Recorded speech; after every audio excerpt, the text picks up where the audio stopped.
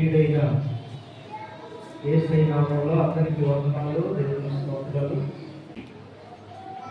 ప్రియమైన దేవుని సంగమా, పరిశుద్ధుడైన దేవుడు ప్రపంచమంతా చూసేవాడు. చప్పట్లు కొట్టండి గట్టిగా. ప్రపంచాన్ని అంతా ఒక్కడే ఏలుతున్నాడు, ఒక్కడే నడిపిస్తున్నాడు. ప్రతి వాణి అవసరం కూడా ఒక్కడే తీరుస్తున్నాడు. అయితే ఆయనేమో 8 గంటల 55 నిమిషాలకే ఇక్కడ ఆయన సంచరిస్తున్నాడు. స్తోత్రం కలుగును గాక. మనకంటే ముందుగానే ఆరాధన అనగానే పరిశుద్ధాత్మ దేవుడు ప్రభావం కలిగిన వాడు కనుక ఖచ్చితంగా ఆయన పరిశుద్ధుల సహవాసంలోకి వచ్చేస్తాడు. ఆమేన్. ఆయనకు లేకుండా ఇంతమందిని చూసినా, ప్రపంచమంతా ఒక్కడే నడిపిస్తున్నా, ఆయనకి లేకుండదు. మన ఇంట్లో ఉంటే 2 ఉంటారో 3 ఉంటారు. వీళ్ళను చూడటానికి, లేక సరిచేయటానికి, లేక మనం రెడీ అవటానికి ఎన్ని గంటలు వెచ్చిస్తున్నామో ఒకసారి ఆలోచించండి. మనము కూడా అట్టి ప్రభావములు కలిగిన వారుగా మారాలని. ఆమేన్. పరిశుద్ధాత్ముడు ఏ విధమైన మహిమను, ఏ విధమైన ప్రభావమును యేసుక్రీస్తు లోకంలోనికి వచ్చినప్పుడు ఏ విధమైన దైవత్వాన్ని చూపించాడో మనమంతా కూడా ఆ విధముగా మార్చబడాలన్న దానికే ఈ పరిశుద్ధుల సహవాసము. ఆమేన్. ఇక్కడ పరిశుద్ధతను గురించి, నీతిని గురించి, విశ్వాసాన్ని గురించి, యథార్థతను గురించి ప్రకటించబడుతూ ఉంటుంది. ఆ ప్రకటించబడేటప్పుడు కొందరు నొచ్చుకోవచ్చు, కొందరు బాధపడవచ్చు, కొందరి మనసులో లేనిపోని వ్యతిరేకమైన ఆలోచన కూడా పుట్టవచ్చు. అయినా ఎప్పుడో ప్రారంభించాడు ఆయన బోధించటం. ఆమేన్. ఈ రోజు వరకు కూడా బోధిస్తూనే ఉన్నాడు. ఆమేన్. ఎంతమంది వారి మనసులో చెడు అభిప్రాయం కలిగి కొంచెం తప్పిపోయినా మరలా దేవుని మాటను వారు గుర్తు తెచ్చుకొని తిన్నలైన దేవుని మార్గంలోనికి వచ్చిన వారు కలరు. ఇప్పుడు మన యొక్క ఆధ్యాత్మిక జీవితంలో కూడా ఇటువంటి మేలునే పొందాలని ఇచ్చిన వాడై ఆయన మన ఎడల తన కృపను వెల్లడి చేయుచున్నాడు. ఆమేన్. దీనిని బట్టి మనం సదా దేవుని సన్నిధిలోను, దేవుని సేవలోను, విశ్వాస జీవితంలోను సదా ఆయనకు కృతజ్ఞులమై ఉండవలసి ఉన్నది. ఇందును బట్టి ప్రభువాత్మ ఈ దినం మనతో ఓ ప్రత్యేకమైన రీతిలో ఆయన మాట్లాడటానికి ఇష్టపడుతున్నాడు. ఆమేన్. చెప్పాలి గట్టిగా. ఆమేన్. మీరేంటి అందరూ టెన్షన్గా ఉన్నట్టున్నారు, ఎవరు గెలుస్తారో అని. కొంతమంది బెట్టింగులు కూడా పెడుతున్నారంట. ఏమంటే పిచ్చి ఉండొచ్చు కానీ అది మనల్ని నాశనం చేసేంత ఉండకూడదు. దేవుని స్తోత్రం కలుగును గాక. అదేదో చిన్నపిల్లలు డైలాగ్ చెప్తే విన్నా, నాకు కాస్త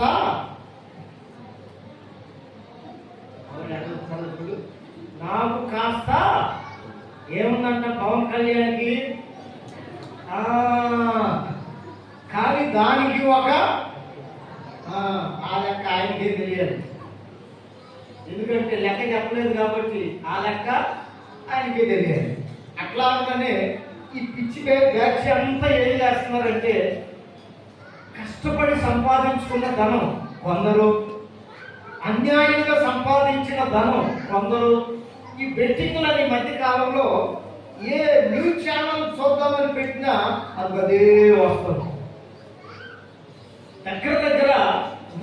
వేల కోట్లు పెట్టారంట. ఎన్ని వేల కోట్లు?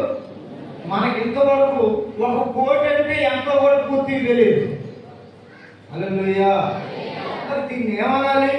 పిచ్చనాలా, మదం అనాలా, లేకపోతే అవివేకం అనాలా, లేకపోతే వారి యొక్క పరిభాషలో ఎన్ని మాటలు ఉంటే అన్ని విధాలుగా పెట్టుకోవచ్చు. ఏమంటే దేవుడు నిర్ణయించిన వారు ఖచ్చితంగా గెలుస్తారు. ఆమేన్. చెప్పండి గట్టిగా ఆమేన్. నిన్నే వచ్చింది ఏదో పోల్, ఎగ్జిట్ పోల్ అంటే ఎస్టిమేషన్ అన్నమాట. గెలవచ్చు అనే ఓ ఎస్టిమేషన్కి వచ్చేటప్పటికి వీళ్ళలో టెన్షన్ ప్రారంభమైంది. నిలబడి ప్రచారం చేసి తిరిగాడే వీళ్ళందరిలో టెన్షన్ ప్రారంభమైంది. ఎందుకంటే ఏ విధము చేతనైనా అన్యాయం చేసైనా, మోసం చేసైనా, చంపైనా, ఎదుటి వాళ్ళని ఎర్రని చేసైనా వీరి గురి ఏమిటంటే, వీరి లక్ష్యం ఏమిటంటే గెలవాలి. హల్లెలూయా. ఈ శరీర సంబంధమైన వాళ్ళు, రాజకీయమైన పిచ్చి కలిగిన వారు, ఈ లోకంలో వీళ్ళు గెలిచేది దేనికి రా బాబంటే అన్యాయంగా సంపాదించడానికి కాదని ఎవరు చెప్పలేరు. ఎక్కడో ఒకళ్ళిద్దరు కనపడతారు తప్ప మిగిలిన వాళ్ళ డ్యూటీ అంతా ఏమిటంటే అన్యాయముగా సంపాదించడానికి గెలవాలి అనేది ప్రతి రాజకీయ నాయకుడి జీవితంలో అది ఒక అలవాటుగా, పరిపాటిగా జరుగుతున్నటువంటి దినాలు. అక్కడ దాకా ఎందుకు? ఎలక్షన్కు ముందు డబ్బులు ఇస్తారు కానీ ఎలక్షన్ అయిపోయిన తర్వాత మాట్లాడలేదు మీరెవరు. ఎందుకంటే ఓటు వేయమని లంచం. నా చిన్న ఆశ, కోరిక ఏమిటంటే అటువంటి ఆచారం, అలవాటు యేసు నామములో పోవును గాక. న్యాయమైన పరిపాలన, నీతి కలిగిన పరిపాలన పరిపాలించే నాయకులను దేవుడు గెలిపించును గాక. పలకండి గట్టిగా ఆమేన్. ఎందుకు ఈ మాటలు చెప్తున్నానంటే, ఓ మనిషి ఓ నియోజకవర్గంలో ఒక 2 లక్షల మంది జనాభా ఉన్న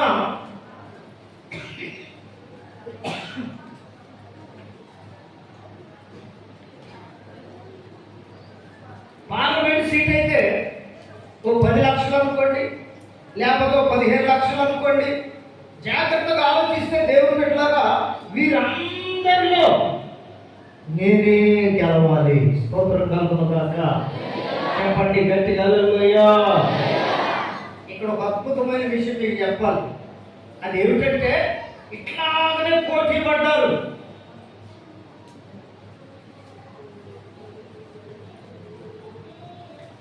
యేసుక్రీస్తు దినాల్లో ఇట్లాగనే పోటీ పడ్డారు.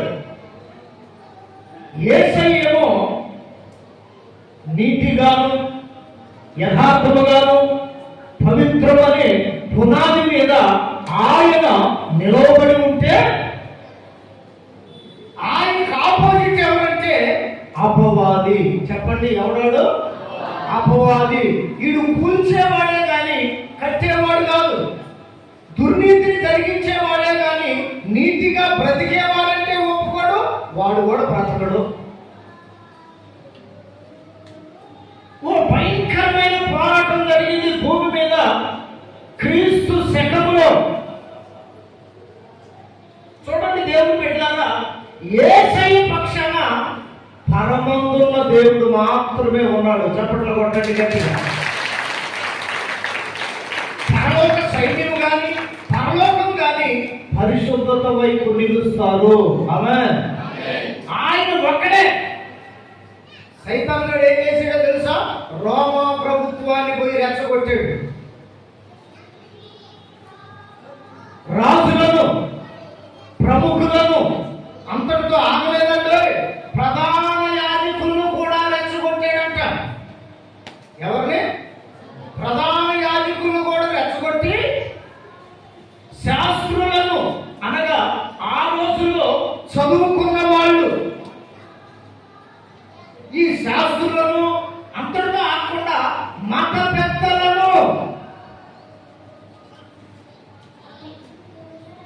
ఎవరిని కూడా యేసుక్రీస్తు పక్షమున ఉండకుండా మభ్య పెట్టడానికి, ఏమండి, చేయనివి చెప్పడానికి నోరు సరిపోద్ది. దేవునికి స్తోత్రం కలుగును గాక.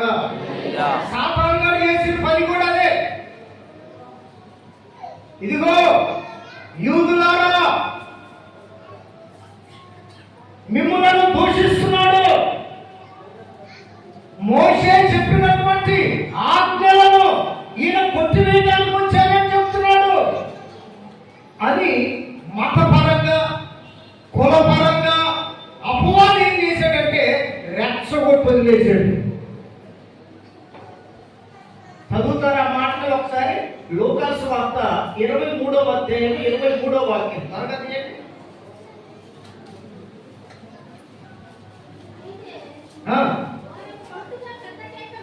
అదిగోనండి బాబు, ఒక స్పష్టమైన మాట ఇక్కడ రాయబడింది. అయితే వారు ఒకే పట్టుగా, చప్పట్లు కొట్టండి ఒకసారి.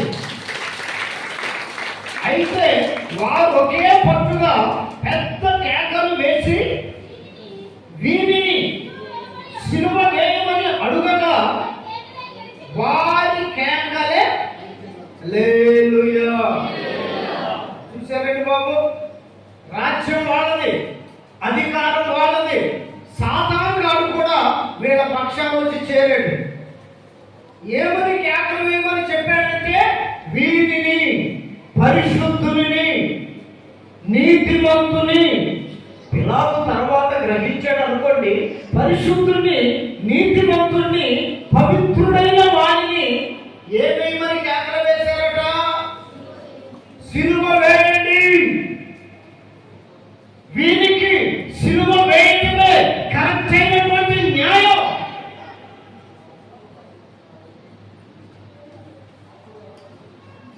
అని చెప్పి వీళ్ళంతా పెద్ద కేకలు వేయగా, అక్కడ రాయబడిన మాట ఏమిటంటే వారి కేకలే, నోరు తెరవాలి, ఏం గెలిచింది అట?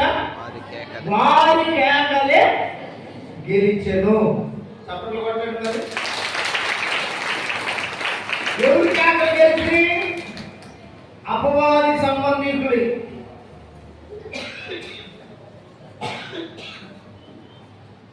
రోమా ప్రభుత్వం వారి యూదుల కేకలు అక్కడ గెలిచినట్లుగా స్పష్టంగా దేవుని వాక్యం తెలియపడుతుంది. వీళ్ళందరూ ఏమనుకున్నారో తెలుసా? ఎట్లాగైతే ఏమిరా మనం సాధించాం, అంతే కదా. ఒక్కసారి మనకు జయం కలిగిందనుకో, మనం చేసిన ప్రార్థనకి ఒక్కసారి కనుక విజయం వచ్చిందనుకుంటే ఇక మనం ఏ విధంగా ఫీల్ అవుతామంటే ఇదిగో వీళ్ళలాగే ఫీల్ అవుతాం. ఇక నేను ఏది చేసినా గెలిపే తప్ప అపజయం రాదు. లేదు. దేవునికి మహిమ కలుగును గాక. యూదులంతా కూడా బరబ్బనేమో విడుదల చేయమన్నారు, యేసయ్యనేమో సిలువ వేయమని కేకలు వేశారట. చివరికి యేసుక్రీస్తేమో మౌనం కొన్నాడు. చప్పట్లు కొట్టి గట్టిగా వచ్చాడు, గట్టిగా వచ్చాడు, గట్టిగా వచ్చాడు. యేసు నామములో, దేవుని నామములో మీకు అట్టి మనసు వచ్చును గాక, అట్టి మనసు కలిగి బ్రతుకును గాక, అట్టి ఆత్మతో నింపబడును గాక. లోకంలో ఉన్న వాటిని జయించడానికి మౌనమైన భక్తి యేసయ్య నేర్పినట్లుగా మనమందరము బ్రతుకును గాక. దేవునికి మహిమ కలుగును గాక. దేవుని జనాంగమా, నీతిమంతుడైన వాడు, పరిశుద్ధుడైన వాడు, జాగ్రత్తగా ఆలోచించండి. ఆయన ఏ నేరము చేయనప్పటికీ మౌని అయి ఉన్నాడు, మౌని అయి ఉన్నాడు. ఏ పాపం తెలియదు. వీళ్ళు వేసే నిందలేవి, వీళ్ళు పలుకుతున్న ఆయన మీద చెప్పుతున్న మాటలేవి ఆయనకు సంబంధించినవి కావు. ఎందుకు వీళ్ళు పలికారంటే వీళ్ళు అపవాది పక్షాన చేరారు. సైతాను గాడు వాడి బలం సరిపోదు అనుకొని రాజ్యంలో ఉన్న వారందరినీ వాడి చెంత చేర్చుకున్నాడు. వాడు చెప్పినట్టే వీళ్ళు ఆడుతున్నారు. దేవునికి మహిమ కలుగును గాక. ఈ సంగతులన్నీ కూడా దేవుడు గ్రహిస్తున్నాడు. వెంటనే ఆ రాజు అయినటువంటి పిలాతు లేక న్యాయాధిపతి అయినటువంటి పిలాతుతో అతని భార్యతో ఆ రాత్రే దేవుడు మాట్లాడాడట. ఏమదో తెలుసా? ఈయన నీతిమంతుడు. యేసుక్రీస్తు ఎవరు చెప్పాలి? మొదటి యేసుక్రీస్తు ఎవరు? నీతిమంతుడు అని పరమంతున్న దేవుడు పిలాతు భార్యతో చెప్తే ఆమె ఆ యొక్క తీర్పు దినమందు అప్పటికే ఆయన కొట్టారు, చాలా హింస పెట్టారు. ఇక తీర్పు తీర్చి తీసుకొని వెళ్ళి సిలువేయాలి. అప్పటికి వారి పగ తీరలేదు, వారి కోపం చల్లారలేదు. కరణాలతో కొట్టినా లేకపోతే పిడిగుద్దులు గుద్దినా వస్త్రాలు తీసి అవమానించినా వారి కోపం చల్లారక ఇక సిలువను కూర్చిన తీర్పు అన్నమాట. ఆ సమయంలో ప్రియమైన వాళ్ళ ఆయన నిలవబెట్టారు. ఏమి పాపం లేనివాడు కనుక 2 చేతులు కట్టేస్తే ఇట్లా నిలబడి ఉన్నాడు. ఆయన ఆ రోజున తల దించుకోబట్టి ఈ రోజున మనం తలెత్తుకొని బ్రతకడానికి ప్రభు కృపనిచ్చాడు. ఆమేన్. ఆయన ఏది చేసినా మన క్షేమం కొరకే. అపవాదిగా ఏది ప్రేరేపించినా మనల్ని నాశనం చేయటం కొరకే. చూడండి, జనాల మాటలు కేకలు గెలిచాయట. జనాల కేకలు గెలిచాయట. ఈ కేకలు గెలిచిన వెంటనే వీళ్ళందరూ మహాసంబరాలు చేసుకున్నారు. పరమ విడుదలయ్యాడు, యేసు సిలువ వేయబడబోతున్నాడు.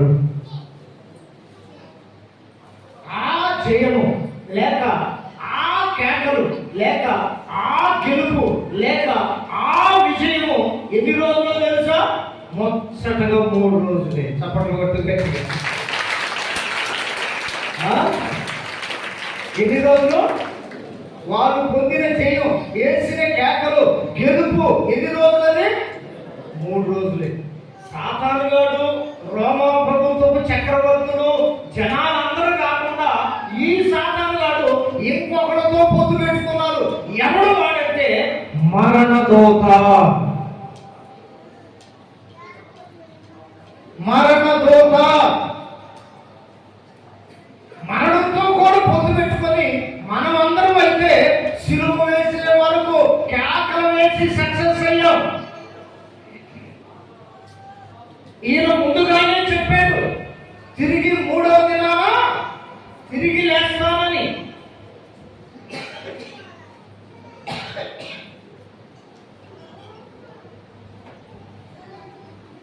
మూడో దినాన తిరిగి లేస్తానని చెప్పాడని ఈ చనిపోయిన వారిని లేపకుండా ఉండే అధికారం ఎవరికి ఉందంటే మరణానికి ఉంది. ఈ మరణానికి ఉండటం వలన మరణాన్ని కూడా పొత్తులో కలుపుకున్నాడు. మరణమా, ఇప్పటి వరకు మేము గెలిచాం. హల్లెలూయా చెప్పండి. హల్లెలూయా. ఇక మీదట డ్యూటీ నీదే. ఎట్టి పరిస్థితుల్లో ఆయన చెప్పినట్లుగా 3వ దినాన లేవకూడదు.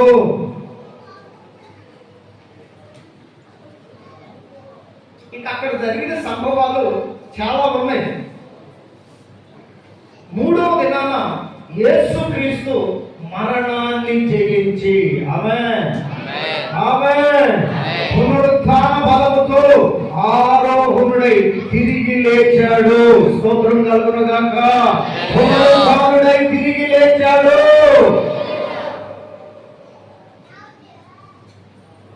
లేచిన తర్వాత అక్కడ మరణం పని చేయలేదు. వింటున్నారా? అపవాది పని చేయలేదు. 3వది రోమా ప్రభుత్వం కానీ ప్రజలు కానీ వీళ్ళెవరూ ఆటలకి అక్కడ సాగలేదు.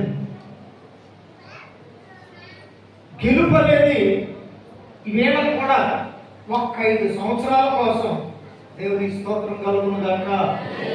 ఆ యూదులు సంబరపడినట్లుగా, ఏమంటే యూదులు యేసు ప్రభుని కేకలు వేసి అప్పగించామని చెప్పి వాళ్ళు సంబరపడినట్లుగా 4వ తారీఖు సాయంత్రం చూడాలి మనం సంగతులు. ఎంతమంది చేస్తారో, ఎంతమంది ఒళ్ళు గాలితో కూడా తెలియదు. అటువంటి దగ్గరికి మీరు వెళ్ళకండి. దేవునికి స్తోత్రం కలుగును గాక. హల్లెలూయా. ఒకవేళ మీకు పిచ్చి ఉంటే మీలోనే ఉంచుకోండి. యేసు రక్తమే జయం. ఎందుకో చాలా భయంకరమైన ఘోరాలు జరగబోతున్నాయి అనుకుంటున్నా నేను. ఎవరు తగ్గట్లా. నిండు జీవితాన్ని మీరు భోజనం పెట్టుకుని వెళ్ళి పాటు చేసుకోవద్దు. దేవునికి మహిమ కలుగును గాక. ఎవడు వచ్చినా మనకు జరిగేది జరగక మానదు.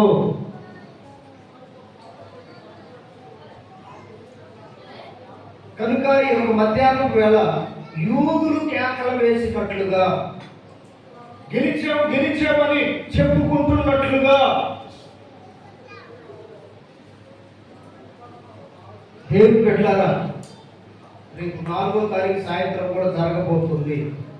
ఆ గెలుపు ఎన్ని రోజులు రా కాబట్టి, వీళ్ళకేమో 3 రోజులు, మన గెలవబోయే వాళ్ళకేమో 5 సంవత్సరాలు.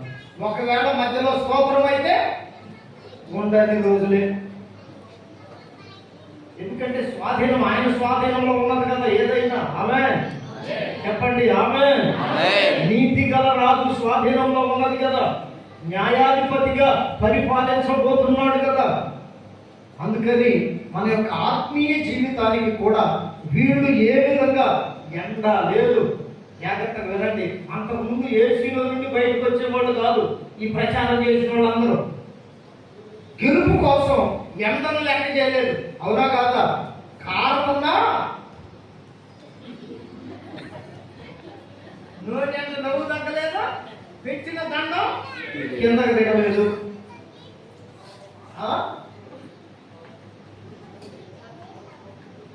ప్రియమైన దేవుని బిడ్డలారా, జాగ్రత్తగా గమనిస్తే 5 సంవత్సరాల పరిపాలన కోసం వాళ్ళు అంత ప్రయాసపడి, చెమటోర్చి, కష్టపడి, ఏమంటే ఏసీని వదిలేసి ఎండలో తిరిగారే. మనం దేవునితో కలిసి పరిపాలన చేసేది ఎన్ని సంవత్సరాలు తెలుసా? చప్పట్లు కొడతారా? చెప్తాను. 5 ఏళ్ళు కాదు, 20 సంవత్సరాలు కాదు, 1000 సంవత్సరాలు కూడా కాదు, యుగ యుగాలు. చప్పట్లు కొడుతూ మనం దేవునితో కలిసి ఏలబోతున్నాం. ఆమేన్ చెప్పండి గట్టిగా. ఆమేన్. 5 సంవత్సరాల కోసం వారి పోరాటం లాంటిది కాదు మన పోరాటం. అవసరానికి ఏదో దేవుడిని వాడుకునే పోరాటంలో గెలవాలని వారి పోరాటం లాంటిది కాదు మన పోరాటం. మన గెలుపు ఎట్లా ఉండబోతుందంటే దేవుని ఎదుట.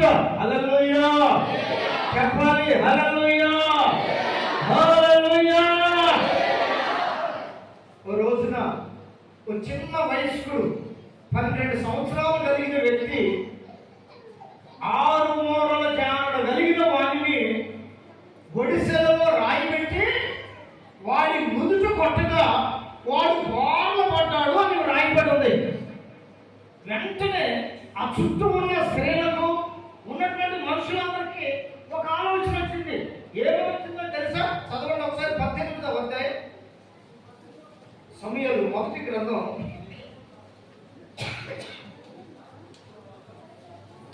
18వ అధ్యాయం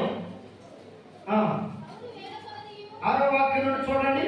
దావీదు ఫిలిష్తీని హతము చేసి తిరిగి వచ్చినప్పుడు స్త్రీలు ఇశ్రాయేలీయుల ఊళ్ళన్నిటిలో నుండి, అమ్మలారా ఇక్కడ కూడా మీరే ఉన్నారు, మీకు చాలా పౌరుషం ఎక్కువ అని చెప్పి దేవునిని బట్టి చప్పట్లు కొట్టాలి. స్త్రీల వరకు మీరాగండి కొట్టాలి మీరు. ఇశ్రాయేలు ఊర్లన్నింటిలో ఏంటోనట?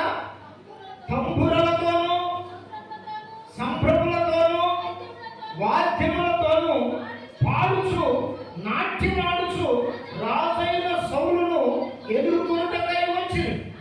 ఆ స్త్రీలు గాన ప్రతిగానములు చేయించు వాయించుచు. స్త్రీలారా, మీకు ఇవ్వబడిన డ్యూటీ ఏంటంటే పాడుచు గాన అంటే ఏంటో తెలుసా?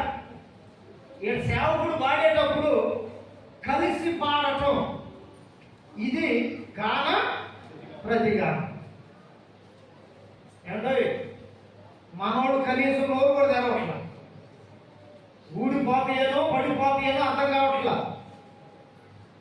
దేవుని సన్నిధిలో ఇశ్రాయేలు గ్రామాలన్నింటిలో నుండి స్త్రీలందరిలో ఉన్న గొప్ప శౌర్యం లేక గొప్ప రోషం ఏమిటంటే వారికి కలిగిన జయం, గెలుపు అటువంటిది. కొన్ని రోజుల నుండి వీడు రావటం పొద్దున్నే, ఇశ్రాయేలీయులారా, మీలో ఎవడైనా నన్ను గెలవగలిగినోడు ఉంటే రండి, ఫిలిష్తీయులమైన మేమంతా మీకు బానిసలమైపోతాం. వీడు ఎంతంటే ఇది ఎంత ఎత్తుంటాడు, ఇక్కడ నుండి అంత ఎత్తుంటాడు. నేను వాడు అడుగు దగ్గర కూడా వస్తానో రాను. దేవుని స్తోత్రం కలుగును గాక. చెప్పాలి గట్టిగా హల్లెలూయా. వాడు కాలు ఎత్తుంటాను, ఏం నిలబడ్డాను కాబట్టి ఎందుకు కనపడతాను, ఆ నిలబడితే తెలిసింది ఎవరో. దేవునికి మహిమ కలుగును గాక. ప్రియమైనటువంటి వాళ్ళరా, అంత ఎత్తు మనిషి వచ్చి రోజు ఇశ్రాయేలు సైన్యాన్ని భయపెడుతున్నాడు, తిడుతున్నాడు. ఈలోపు అక్కడికి దేవుని అభిషేకం కలిగిన వాడు వచ్చాడు. ఆమేన్. నీలో ఉన్న రోషం, పురుషులారా, నీలో ఉన్న రోషం భక్తి విషయంలో, పరిశుద్ధత విషయంలో అట్లాగే నిలవాలంటే ఊరికేదో మీసాలు పెంచుకుంటే కాదు. అలా చెప్తున్నాను వినండి. ఇక్కడ ఉన్నటువంటి దావీదుకి ఇంకా మీసాలు రాలా, కానీ ఏముంది? రోషం ఉంది. చెప్పలే, మాకు లేదు, మేము ఎక్కడ చెబుతాం అంటారా? చెప్పండి, ఏముంది దావీదుకి? ఏమి లేవు, మీసాలు లేవు. పిల్లోడు, బాలుడు, చిన్నవాడు, 12 సంవత్సరాలంటే ఏం తెలుసని, కానీ దేవుని గురించిన రోషం ఉంది అన్న మాట ఏంటో తెలుసా? సున్నతి లేని ఈ ఫిలిష్తీయుడు, చప్పట్లు కొట్టడం చూస్తున్న వరకు ఆడవాళ్ళు కాదు, మగోడే. దేవుడు మిమ్మలను అటు రోషముతో నింపుడుగాక. మిమ్ములను కూడా కాన ప్రతిగానాలు, వాయిద్యాలు వాయించే రోషము కలిగిన స్త్రీలుగా, కన్యలుగా దేవుడు మిమ్మల్ని దీవించునుగాక. హల్లెలూయా, హల్లెలూయా. 12 సంవత్సరాల వాడు ఆ ఫిలిష్తీయుడైన గొల్యాతు పలుకుతున్న మాటలు ఏమాత్రం నచ్చల. ఎందుకంటే దేవుని ఆత్మ నీలో ఉంటే వచ్చే రోషం ఏ విషయంలో ఉండదంటే, దేవుని యొక్క సన్నిధికి కానీ, దేవుని యొక్క సేవకులకు కానీ, దేవుని యొక్క సంఘానికి కానీ ఎవరైనా వ్యతిరేకముగా మాట్లాడుతూ ఉంటే ఆ విషయాల్లో మనకు రోషం రావాలి. స్తోత్రం కలుగును గాక. అర్థమవుతుందండి? మనకు రోషం రావాల్సిన విషయాలు మనల్నంటే కాదు. గుర్తుంచుకోండి మాటలు, ఏదో ఊహదప్పుడు ఉపన్యాసంలాగా అనుకోకండి. మన గురించి అన్నప్పుడు మనకి అక్కడ ఏం రోషం వస్తుంది, కానీ దేవుని గురించి మాట్లాడినప్పుడు మనకి ఎందుకు లేరా, దేవుడే అంటే ఎన్నారా. దేవుని గురించి ఎవరైనా తప్పుగా మాట్లాడారు అనుకోండి, కొందరికి ఉంది ఆ రోషం. నేను విన్నా అక్కడక్కడ. స్తోత్రం కలుగును గాక. అన్నా, మీ సంఘాన్ని అన్నా, మీ సేవకులన్నా, మీ సంఘానికి వచ్చే ఎవరినన్నా, మీ సన్నిధికి వచ్చేవాళ్ళు, మీ మందిరానికి వచ్చేవాళ్ళు అసలు ఒప్పుకోరు. అందరూ ఆ రోషాన్ని నేను అక్కడక్కడ విన్నాను. అందును బట్టి దేవునికి మహిమ కలుగును గాక.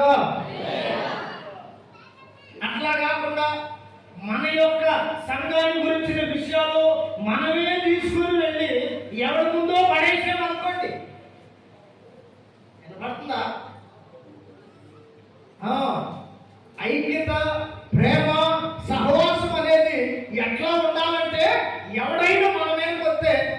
ఒప్పుకునేటట్లు ఉండకూడదు. ఆమేన్ చెప్పండి. ఆమేన్. అంటుంది వాడిని కదా, అంటుంది ఆమెను కదా, ఇంకా మనల్ని అనలేదు కదా.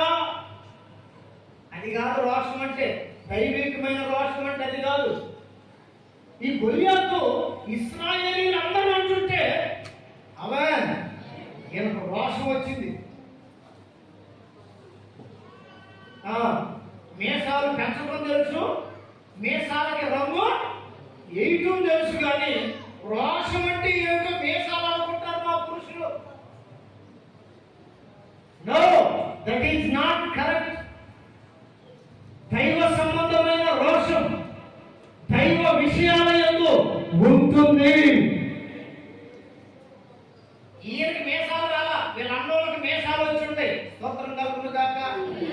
వాళ్ళు సైన్యంలోనే ఉన్నారు, రాజు దగ్గరే ఉన్నారు. వీళ్ళు అంటారు కదా, రే ఏమిరా నీకు కత్తి పట్టడం తెలుసా? ఏం పట్టడం? కత్తి పట్టడం తెలుసా? దాలు పట్టడం తెలుసా? కత్తి తిప్పటం తెలుసా?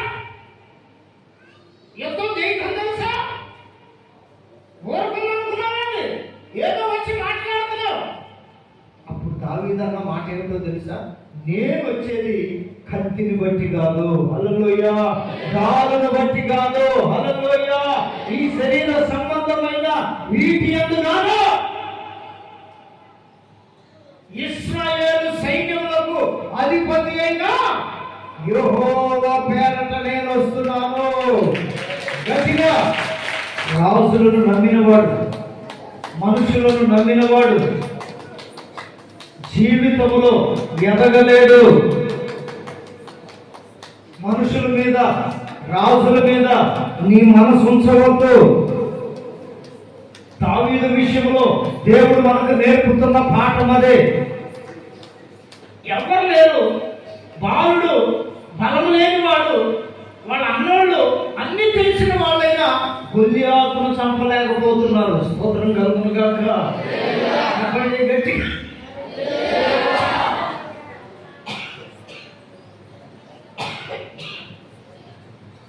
గొలియాతును చంపలేకపోయారు. అయితే ప్రియమైనటువంటి దేవుడు బిడ్డలారా, బాలుడైన ఈ మనుషుడు దేవుని మీదనే ఆశ పెట్టుకొని ఉన్నాడు. ఇశ్రాయేలు సైన్యములకు అధిపతి అయినా యెహోవా పేరట నేను వస్తున్నానని చెప్పి ఈయన వెళితే సౌలట ఆయన యొద్ద యుద్ధ సామాగ్రి ఉంటుంది, సర్వాంగ కవచం, శిరస్నానం, ఏమంటే పాదాలకు చెప్పులు.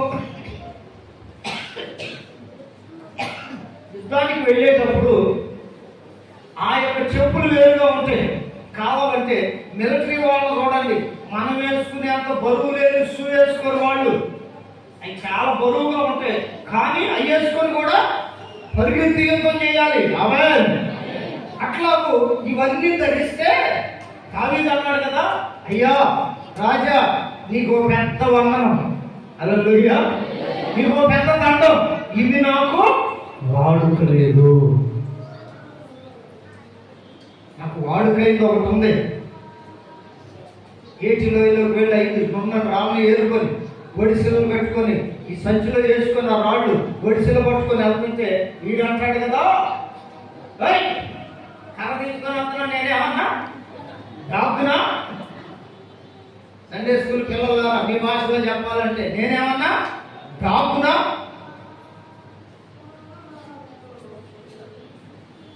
ఏమో నాకైతే తెలియదు, నాకున్న వాడికి వర్షంలో రాయి పెట్టాడు, తిరుగుతున్న రౌండ్ ఆయనట్టు ఈయనట్టు, ఆడేమో కత్తిని తెచ్చి పెట్టాడు. హల్లెలూయా. కావాలంటే చూడండి, ఈ భూమి మీద ఉన్న చాలా మంది చేతుల్లో ఏం పట్టుకుంటారు? ఒక చేయి కాదు, ఇటారు అటారు, ఒక తల కాదు, ఇటు ఐదు అటు ఐదు, ఒక్కొక్క చేతిలో ఎండ్ర పట్టలే, దానికి మళ్ళీ అర్థాలు. దేవుడికి స్తోత్రం కలుగును గాక. వీడేమో రాళ్ళు పట్టుకున్నాడు, కత్తి పట్టుకుని ఎంత లాభం చేసుకున్నాడు, ఉపయోగం లేకుండా. అక్కడ యేసయ్య పక్షాన ఎవరు లేరు, ఇక్కడ దావీదు పక్షాన కూడా ఎవరు లేరు. నిజమైన జయం ఎప్పుడు పొందుతామంటే మన బంధువులందరూ మనతో ఉన్నప్పుడు మనకి జయం రాదండి. దేవుడి మహిమను చూడాలంటే, దేవుడి కార్యాన్ని చూడాలంటే నీవు ఒంటరి దానవు, ఒంటరి వాడవు కావాలి. హల్లెలూయా, హల్లెలూయా. అట్లాగని నీ భార్యకు దూరంగా బొమ్మని కాదు నేను చెప్పేది. అమ్మో మీరు మామూలు కాదు. మీ భర్తను విడిచిపెట్టమని కాదు నేను చెప్పేది. కుటుంబమే ఒంటరితనం. హల్లెలూయా చెప్పండి, హల్లెలూయా. యేసయ్యకు తమ్ముళ్ళు ఉన్నారు, చెల్లెళ్ళు ఉన్నారు, తల్లి ఉంది, తండ్రి ఉన్నాడు. ఇతడు వడ్లవాడి కుమారుడు కాదా అని వాళ్ళే సర్టిఫికెట్ ఇచ్చారు. మరియా ఈయన తల్లి కాదా? యాకోబు, యోదాను వారు ఇతని సహోదరులు కాదా? ఇతని సహోదరులు ఇతనితోనే ఉన్నవారు కాదా? చూడండి ఎంత కుటుంబం ఉన్నా దేవునికి స్తోత్రం కలుగును గాక. ప్రతి విషయానికి వచ్చేటప్పటికి ప్రభువా ఈయన పరిచయం చేస్తున్నాడు, దేవాలయంలో బోధిస్తున్నాడు. ఈలోపు ఆయన తల్లి, ఆయన తండ్రి, ఆయన సహోదరులు అందరూ బయటకు వచ్చి సైన్యం చేస్తున్నారు. ఇది బోధించే ఏ సైడ్ కనపడలా. ఇట్లా మీలా కూర్చున్నారే, ఎందుకంటే ఒకవైపు దూడలు కలుగును గాక. ఎటువంటి శబ్దం వచ్చినా ఎవరు కదిలినా నాకు కనపడదేమో కానీ మీరు మాత్రం ఏదో పడితే ఈ బ్యాచ్ కూడా యోగా బ్యాచ్ అన్ని చూస్తుంటే ఈ లోపు బయట మరియమ్మ గారు కనపడ్డారు. స్తోత్రం కలుగును గాక. అమ్మో యేసు ప్రభు తల్లి ఎక్కడుంది? చెప్పండి, ఎక్కడ యేసు ప్రభు తల్లి?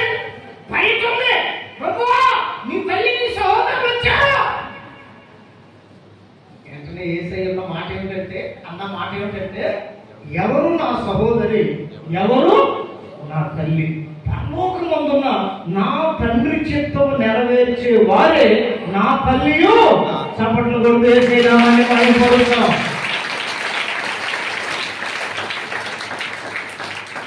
ఈ రోజున సంఘాల్లో ఈ బంధాల కంటే కూడా మనుష్య సంబంధమైన బంధాన్ని అధికముగా ప్రేమించటం వలన శత్రువులు అయిపోతున్నారు. అక్కని చెల్లి ప్రేమించినా, చెల్లిని అక్క ప్రేమించినా, తోడు కోడలు ఒకరినొకరు ప్రేమించుకున్నా అసలు అర్థం ఏమిటంటే, దానిలో ఉన్న పరమార్థం ఏమిటంటే శత్రువులు అయిపోతున్నారు. అన్నదమ్ముళ్ళైనా ఇంకా ఎంతవరకు దిగజారిపోయిందంటే భార్య భర్తలే ఒకరి మీద ఒకరికి నమ్మకం లేకుండానే సంసారం చేస్తున్న కుటుంబాలు లేకపోలేదు. ఎప్పుడు దీంట్లో మార్పు వస్తుందంటే, ఎవరు నా తల్లి, ఎవరు నా సహోదరులు, ఏం చేసేవాళ్ళు అంటే పరలోకమందున్న నా తండ్రి చిత్తం నెరవేర్చేవాళ్ళు తప్ప. హల్లెలూయా. వాళ్ళే నాకు అన్న, వాళ్ళే నాకు తల్లి. నేను చాలా సందర్భాల్లో చెబుతూ ఉంటాను, నన్ను కన్న ఒక్క తల్లి నేనే విడిచిపెట్టింది. ఏ ఇంటికి పోయినా నా తల్లి కంటే మిన్నగా ప్రేమించేవారు వారిని దేవుడు నాకు ఇచ్చాడు. స్తోత్రం కలుగును గాక. మీలోనే నేను వాళ్ళను చూసుకుంటా ఉంటా. చిన్నప్పుడు నాకు బాగా గుర్తు, నన్ను కాన్వెంట్లో చేస్తే మా అన్నోళ్ళు నన్ను కింద నడవనీలేదండి, చాలా ప్రేమించారు, ప్రేమగా చూసుకున్నారు. దానిని బట్టి నేను ఈ రోజుకి ఎవరికి నష్టం చేయగా. స్తోత్రం కలుగును గాక. వాళ్ళ రక్షణ కొరకు ప్రార్థన చేశారు, వాళ్ళందరూ క్షేమం ఉండాలని ప్రార్థన చేసేదే తప్ప చాలా ప్రేమించారు. భుజాన్ని ఎత్తుకొని నన్ను అక్కడ దించేవాళ్ళు, మళ్ళీ సాయంత్రానికి టైం చూసుకొని అక్కడికి వచ్చి మళ్ళీ భుజాన్ని ఎత్తుకొని ఇంటికి తీసుకొచ్చేవాళ్ళు. ఈ బంధాలు, ఈ ప్రేమలు, ఇవి ఏవి కూడా పరలోక రాజ్యం వెళ్ళటానికి మనకు ఉపయోగపడవు. స్తోత్రం కలుగును గాక. అసలు నీవెవరో, నీ గురించి ఏమనుకుంటున్నారో తెలియాలంటే ఒంటరి వాళ్ళం అవ్వాలి. చెప్పాలి హల్లెలూయా, హల్లెలూయా. ఒంటరి వాళ్ళం అంటే ప్రార్థనలో ఎక్కువగా గడపాలి. అప్పుడే నీలో ఉన్న వెలుగు లోకానికి కనపడేటట్లుగా నీవు దేవుని పక్షాన నిలబడ్డావు కాబట్టి దేవుడు దావీదు పక్షాన దిగి వచ్చినట్లుగా ఆమేన్ నీ పక్షాన కూడా నిలబడే దేవుడై ఉన్నాడు. వచ్చాడా, బాలు పడ్డాడా, వెంటనే వీళ్ళందరూ గాన ప్రతిగానాలే కాదు నాట్యం కూడా ఆడుతున్నారంట. హల్లెలూయా, హల్లెలూయా. ఏం ఆడుతున్నారు? నాట్యం కూడా ఆడుతున్నారంట. ఈ మధ్య కాలంలో ఫేస్బుక్ ఓపెన్ చేస్తే చాలు రీల్స్ రీల్స్. అంటే ఆడాల్సిన దగ్గర ఆడట్లా. ఆమేన్ చెప్పండి, ఆమేన్. దేవుని సన్నిధిలో మనం నాట్యం ఆడాలి. కొద్ది గట్టిగా చప్పట్లు.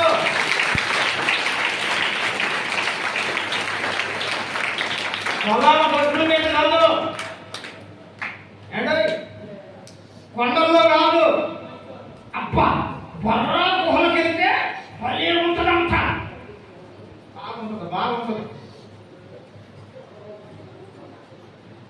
రీల్స్ ఏంటంటే ఈ అమ్మ నాన్నకి ఏం పని లేదు, వాళ్ళు ఎంత అడిగితే అంత డబ్బులు ఇస్తున్నారు పిల్లలు.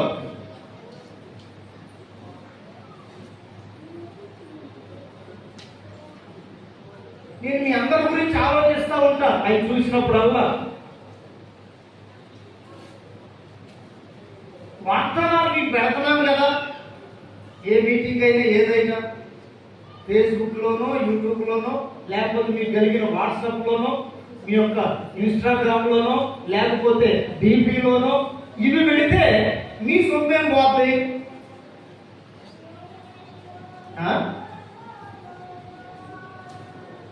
వాక్యం ఉండటం శ్రేష్టం కదా. స్తోత్రం కలుగును గాక. చూద్దాం హల్లెలూయా.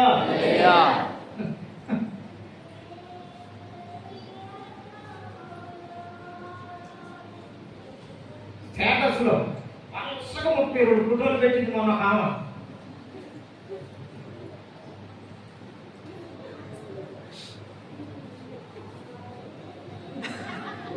ఇక్కడ నుంచి మొత్తం స్టెప్పులు అన్నమాట ఎన్ని పెట్టి నన్ను లైక్ చేయండి అనిపించింది.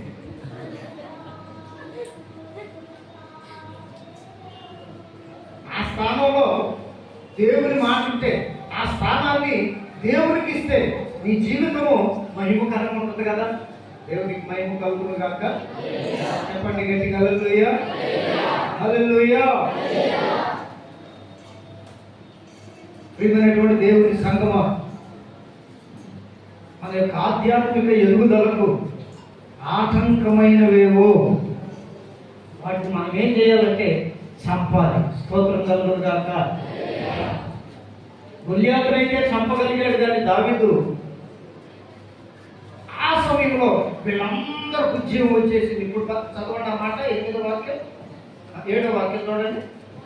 ఆ స్త్రీలుగా దాన ప్రతిగానములు చేయించు వాయించుచు సౌలు 1000 కొలదియు దావీదు 10,000 కొలదియు శత్రువులను అతను చేసి రగిలి ఆ మాటలు సౌలునకు ఇంపుగా ఉండనందున అతను బహుకోపము తెచ్చుకొని వారు దావీదులకు 10,000 కొలదనియు నాకు 1000 కొలదనియు స్తుతులు పాడితే రాజ్యం తప్ప మరి ఏమి అతను తీసుకోగలడు అనుకొనెను. కాబట్టి నాటి నుండి సౌలు దావీదు మీద విషపు చూపు నిలిపెను. హల్లెలూయా.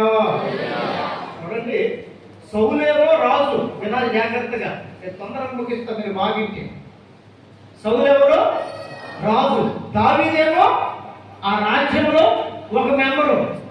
దేంట్లో యోగ్యుడు కాదు, ఎక్కడా ఆడలేదు, ఎప్పుడు రాజు సముఖమునకు వెళ్ళిన వాడు కాడు. యుద్ధమైతే ఆహారం పిలిచి ఆయన అక్కడ పని కూడా లేదు. అక్కడికి వెళ్ళిన తర్వాత దేవుడు దావీదుని దేవుడి మహిమ కొరకు పంపాడని అర్థమైంది. వాడు పలికే మాటలు అనే మాటలు దేవుడికి స్తోత్రం కలుగును గాక. చెప్పండి హల్లెలూయా. ఈ రోజు కూడా ఈ మతోన్మాదులందరూ పలికే మాటలు ఎట్లా ఉంది అంటే గొల్యాతు పలికినట్లుగానే ఉంటున్నాయి. ఆయనైతే ఒడిసెలు తీసుకున్నాడు, మనమైతే మోకాళ్ళ మీద నిలబడాలి. స్తోత్రం కలుగును గాక. చెప్పండి హల్లెలూయా. జయమును పొందటానికి మనకు మోకాళ్ళ జీవితం ఒకటే ఆధారము. అక్కడ ఉన్నది రాజు దావీదేమో, నిజమే కదా. మన దేశాన్ని పరిపాలించేదేమో మోడీ. రాష్ట్రాల్లో ఉన్న వాళ్ళందరూ క్రైస్తవులైనా ముస్లింలైనా లేకపోతే దిగజారిన వర్గాలైనా వేరు ఆయన ఎదుట వీళ్ళెంతలో. ఈ మధ్య ప్రకటించాడు, మీరు విన్నారో లేదో, ఆదివారం సెలవిస్తే క్రైస్తవులకు మాత్రమే ఉపయోగపడుతుంది, అందుకని ఆదివారం సెలవు తీసేసి శుక్రవారం ఇవ్వాలంట. మళ్ళీ దానికి లింకేం పెట్టాడో తెలుసా? అప్పుడు ఆంగ్లేయులు ఇంగ్లీష్ వాళ్ళు పరిపాలించారే వాళ్ళు పెట్టింది అదని. అసలు దాని మొత్తం లోతుపాతులు చూస్తే అది ఒక విగ్రహారాధికుడు ప్రకటించినదే. హల్లెలూయా. ఆంగ్లేయులు పెట్టింది కాదంట. ఏదో శాస్త్రం ఏదో పేరు విన్నాను, అతను ఆదివారం బాగుంటుందని పెట్టించాడంట ఆ రోజుల్లో. చూసారా, రాజు తలుచుకుంటే దెబ్బలకే పొదువా అన్నట్లుగానే ప్రధానమంత్రిని దేవుడు ఎందుకు చేశాడు అనేది ఆయన ఆలోచించట్లా.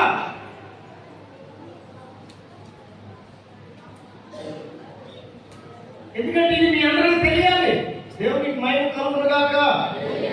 ఎప్పుడు మోదీ గారిని ఎదురు పడ్డాది ఎప్పుడు లేదు. ఆయనకి నాకు కక్ష తగాదా ఏమి లేదు. నిజము న్యాయం అనేది మీకు తెలియాలి, అందుకోసం చెప్పటమే. లేకపోతే ఆరాటం ఎందుకు, మీ మీద పోరాటం ఎందుకు? స్తోత్రం కలుగును గాక. యుద్ధం గట్టి హల్లెలూయా. చూసారా, దేవుడు ఇచ్చిన దానిని బలాన్ని కానీ గొల్యాతు ఉపయోగించుకోరా.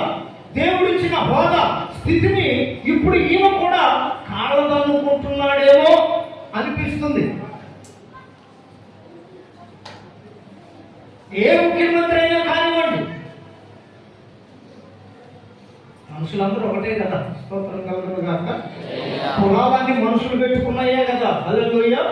ఎవరిని కోసినా వచ్చేది రక్తమే కదా. ఎవరైనా తినేది అన్నమే కదా. కొన్ని ప్రాంతాల్లో రొట్టె తింటారు, కొన్ని ప్రాంతాల్లో బర్గర్లు తింటారు, కొన్ని ప్రాంతాల్లో బ్రెడ్ తింటారు. వారి వాతావరణాన్ని బట్టి వాళ్ళు తింటారు. ఇంకా కొన్ని ప్రాంతాల్లో శ్యామ గడ్డలంట ఉల్లిపాయలా ఉంటాయి చూడండి, తెల్లవి.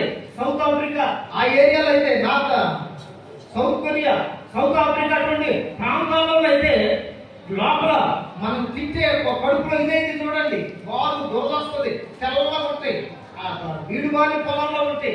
ఆర్తి కూడా తెచ్చుకోవాలంట ఆహారం లేక. ప్రియమైనటువంటి వాళ్ళరా, దేవుడు ఇచ్చినటువంటి దానిని ఉపయోగించుకోకపోతే దేవునికి మహిమ కలుగును గాక. చూడండి గట్టి హల్లెలూయా. హల్లెలూయా. నేను ఎక్కువ కాదు, మీరు తక్కువ కాదు.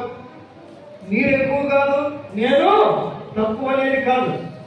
దేశ భాషలందు చెప్పరా, తెలుగు ఆ భాషకి ఎంత ప్రాధాన్యత ఇచ్చారో. దేశం అంటే మట్టి కాదు,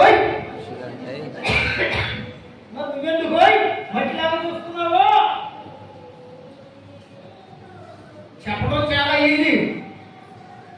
దాన్ని పాటించేటప్పటికీ ప్రభుత్వాన్ని అధికారాన్ని అడ్డం పెట్టుకొని జరిగించబడుతున్న ఈ కార్యములన్నీ యేసు నామములో అణిగిపోవునుగాక. అణిగిపోవునుగాక. కుర్చీలో కూర్చున్నావు చక్కగా, దేవుని స్తోత్రం కాదు. చూశారా, నేను అక్కడంటే ఎవరన్నా నన్ను చూశారా? తెలుసుకోవాలని తాపత్రయం చెడు అసలు ఆగదు. ఈ మనసు అసలు ఆగదు. దేవుని స్తోత్రం కలుగును కాక. నేను చూశాక, నేను గద్దించాక మరి మిమ్మల్ని గద్దించడానికి మీరందరూ సిద్ధపడి ఉన్నారు. అప్పుడు అందుకనే దావీదు విషయంలో దేవుడు అంత ఆశ్చర్యకార్యం చేశాడో చూడండి. దావీదు పక్షాన ఎవరు లేరు. అన్నోళ్ళు వద్దన్నారు, రాజు వద్దన్నాడు, వినలేదు. దేవుని పక్షాన నిలిచాడు. అప్పుడు జరిగిన ఆశ్చర్యం ఏమిటంటే రాజు ఏమో 1000 మందిని చంపాడు, దావీదేమో 10,000 మందిని చంపాడని వీళ్ళందరూ కేకలు వేసేటప్పటికి ఆయనకి ఏం కలిగిందంట? చెప్పండి ఏం కలిగింది? ఇప్పుడు ఈ మతోన్మాదుల ఆరాటం అంతా అదే. అరే క్రైస్తవులు పెరిగిపోతున్నారు. చెప్పండి కొట్టు గట్టిగా. నీకు ఎప్పుడైనా పెరిగింది, పరిశుద్ధత ఎప్పుడైనా పెరిగింది. అనసాలను చూసిన వారు అడ్రస్ లేకుండా పోయారు. చెడు కాదు కదా, తావుడు మానండి చెప్పడం తప్ప, వ్యభిచారం చేయకండి అని చెప్పడం తప్ప, అమ్మలారా బూతులు మాట్లాడకండి, అందరిని దీవించండి అని చెప్పడం నేరమా? అదేగా ప్రభు చెప్పినటువంటి మాట.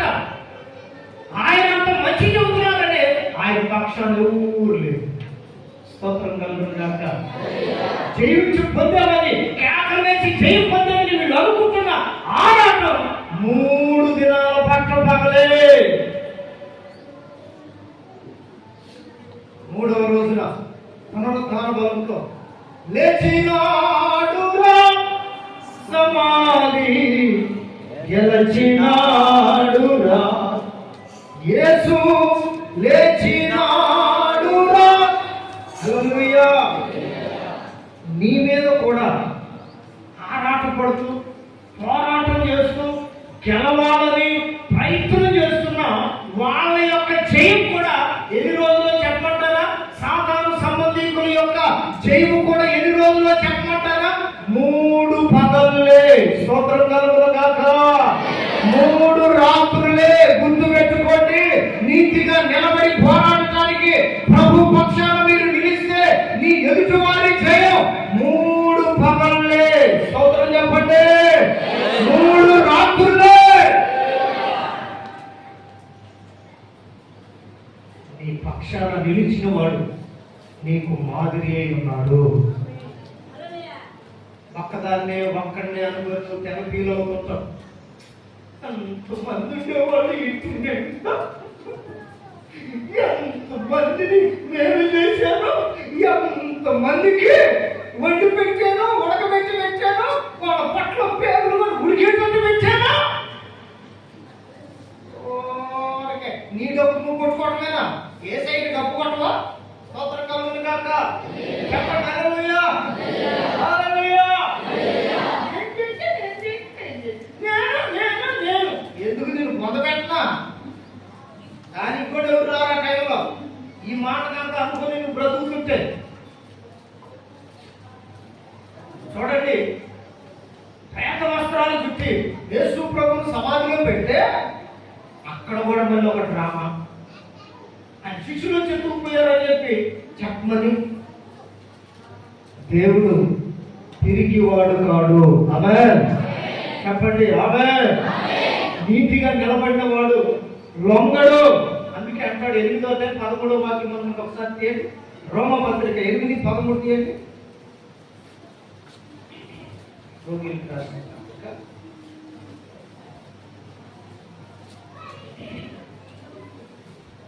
8వ అధ్యాయం 13వ వాక్యం.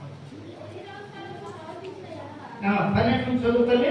కాబట్టి సహోదరులారా, శరీరానుసారంగా ప్రవర్తించుటకు మనం శరీరములకు రుణస్థులము కాము. చప్పట్లు కొట్టండి.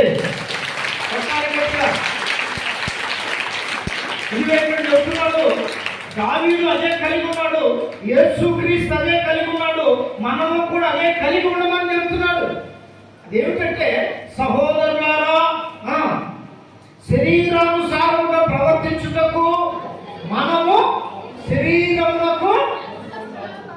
అర్థం ఏంటో తెలుసా మీకు?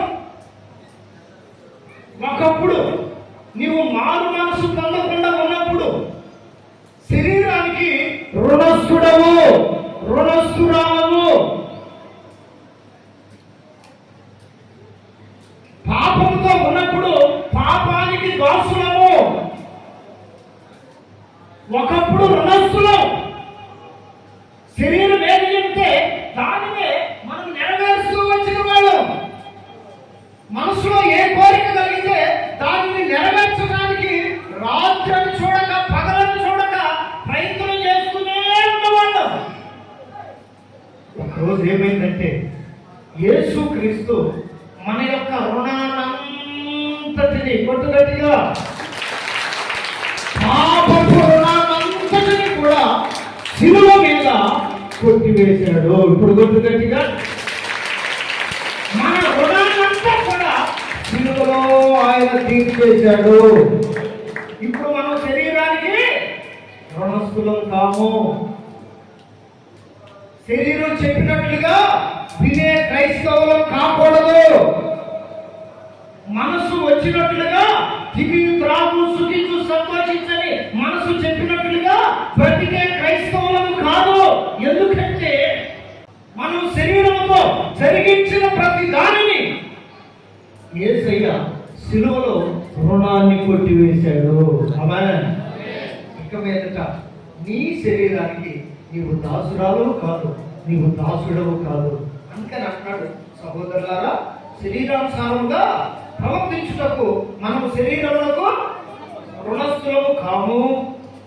మీరు శరీరానుసారముగా ప్రవర్తించిన ఎడల చావవలసిన వారై ఎందురు, కానీ ఆత్మ చేత శరీర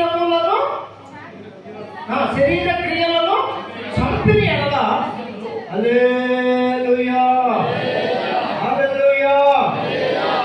ఆయనేమో రుణాన్ని కొట్టివేశాడు. చెప్పండి గట్టిగా, ఎవరు? యేసుక్రీస్తేమో మన శరీరం యొక్క రుణాన్ని, అప్పుని, వడ్డీతో సహా ఆయన శరీరమందు మోపుకొని కొట్టివేశాడు. మనం గెలవలసిన పద్ధతి మీకు చెప్తున్నాను. మారు మనసు లేని వాళ్ళకి ఇవి తెలియదు. అందుకే వాళ్ళు ఏం చేస్తారో తెలుసా? ఈ శరీరాన్ని చంపితే చాలు వీడు చంపుతాడు. మొన్న ఈ మధ్య అదేదో రాష్ట్రంలో క్రైస్తవులు చంపారు చూడండి. మణిపూర్, ఒరిస్సా, యూపీ. వీళ్ళందరూ ఆలోచన ఏంటంటే శరీరాన్ని చంపితే చాలు క్రైస్తవులు తగ్గిపోతారు. ప్రయాస అంతా అదే. ఇప్పుడు కూడా దేవుని స్తోత్రం కలుగును గాక. రేపు కనుక గెలిస్తే అది ఆంధ్రప్రదేశ్ వచ్చిన పెద్ద ఆశ్చర్యపోనక్కర్లేదు. స్తోత్రం కలుగును గాక. చెప్పండి గట్టిగా హల్లెలూయా. వాళ్ళ గురంతా కూడా శరీరం మీద. వాళ్ళు గాయపరుస్తున్న శరీరాన్నే కదా. అందుకే మనం ఎప్పటికప్పుడు చావటానికైనా సిద్ధముగా ఉండాలి. క్రీస్తు కొరకు చావటానికైనా సిద్ధముగా ఉందుముగాక. చెప్పండి ఆమేన్. నేనైతే సిద్ధపడ్డా. ఎక్కడికి వెళ్ళినా ఎవరికి భయపడకుండా ప్రకటిస్తున్నా. ఒకవేళ ప్రకటించేటప్పుడు ఎవరైనా వచ్చి చంపినా నేను సిద్ధపడే వెళ్తున్నా. కడవరి దినాలు అందరినైనా అగ్నిలో నుండి లాగినట్లుగా లాగవలసిన సమయం. ఆమేన్. చూద్దాం గట్టిగా ఆమేన్. ప్రియమైన దేవుని సంగమా, మరి మీరు చేతులు ముడుచుకుని కూర్చుంటే ఎట్లాగు? మోకాలు వేయకుండా ఏదో కాలక్షేపం భక్తి చేస్తే ఎట్లాగు? ఆయన మన రుణాన్ని శరీరమందు కొట్టివేస్తే ఆయన వెళ్ళి ఆత్మను పంపాడంట. స్తోత్రం కలుగును గాక. చెప్పండి గట్టిగా హల్లెలూయా. యేసయ్య చెప్తాడు కదా యోహాను సువార్తలో, నేను వెళ్ళటం వల్ల మీకు ప్రయోజనం ఏమిటంటే నా నామములో పంపబోవు పరిశుద్ధాత్మ. పరిశుద్ధాత్మ వచ్చి మిమ్ములను సర్వసత్యములో నడిపిస్తాడు. ఆమేన్. చెబుదాం ఆమేన్. సర్వసత్యములో నడిపిస్తాడు.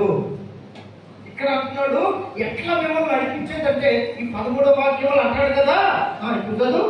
మీ శరీరానుసారంగా ప్రవర్తించిన ఎడల సావవలసిన వారై ఇందులు గాని ఆత్మ చేత శరీర క్రియలను చంపిన ఎడల హల్లెలూయా. ఎందుకు పరిశుద్ధ చేతులు ఎంతట్లా చాలా మంది ముడుచుకొని కూర్చున్నారు? చెప్పండి గట్టిగా. అందరి చేతులు ఎత్తి హల్లెలూయా హల్లెలూయా. ఆత్మను పొందండి అని రోషం మీకు ఎందుకంటే నూరిపోసేది శరీర క్రియలను చంపడానికి. మీలో ఉన్న శరీర క్రియలు చావకపోతే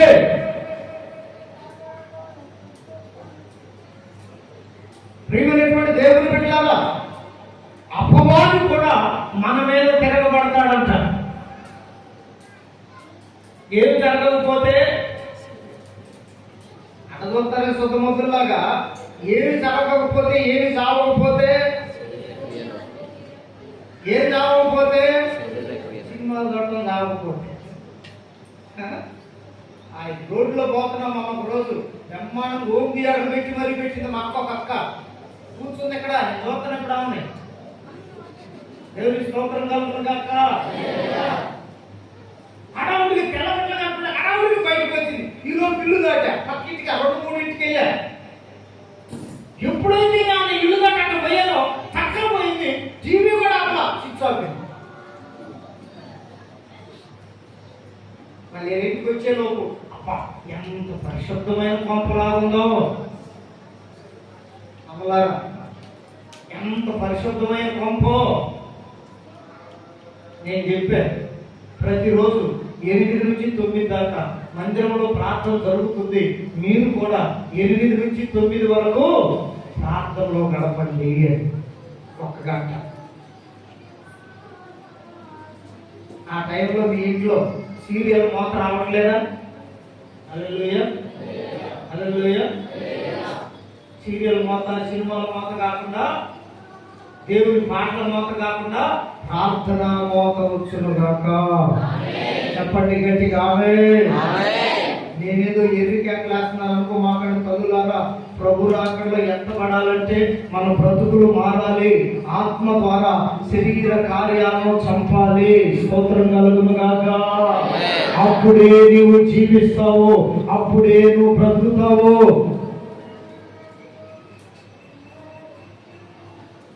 రోజు ఇంటికి వెళ్ళా, అయ్యగారు కూడా ఇలా ఉంటాడు. మోహపడిపోయింది టీవీ. ఏంటయ్యా టీవీ బాగు చేయలేదంటే అది ఉన్న కాడి నుంచి పిల్లలు చెప్పండి పిల్లలు పిచ్చిదే పెడుతున్నారన్న. ఇప్పుడు అది లేకపోయేటప్పటికి ప్రశాంతంగా ఉంది. స్తోత్రం కలుగును గాక. చెప్పాలి గట్టిగా హల్లెలూయా. మీరందరూ అనుకోవచ్చు అంటే టీవీలు అమ్మాలా అని కాదు, కొనాలా అని కాదు నేను చెప్పేది. ఆత్మ ద్వారా దేన్ని జయించాలి? శరీరాన్ని జయించాలి. స్తోత్రం కలుగును గాక. చెప్పండి గట్టిగా హల్లెలూయా. ఒక చిన్న సంభవాన్ని బైబిల్ నుండి చూపించి మేము ముగిస్తాం. ఏమిటో బాబా సంభవం అంటే, పరిశుద్ధులైన పౌలు గారు పరిచర్య చేస్తున్న దినాలని ఎట్లా రివర్స్ అవుతాయో, ఎట్లా తిరగబడతాయో మీకు ఆ ఒక సందర్భాన్ని నేను జ్ఞాపకం చేస్తాను. సార్ అపోస్తుల కార్యాలు అండి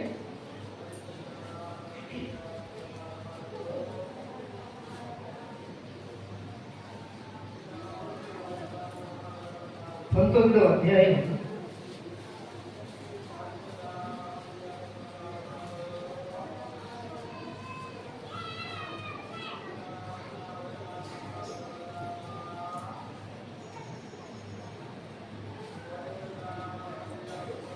8వ వాక్యం చూడండి. తరువాత అతడు సమాజ మందిరంలోనికి వెళ్ళి ప్రసంగించుచు దేవుని రాజ్యం గురించి తర్కించుచు ఒప్పించుచు ధైర్యముగా మాట్లాడుచు 3 నెలలు గడిపెను.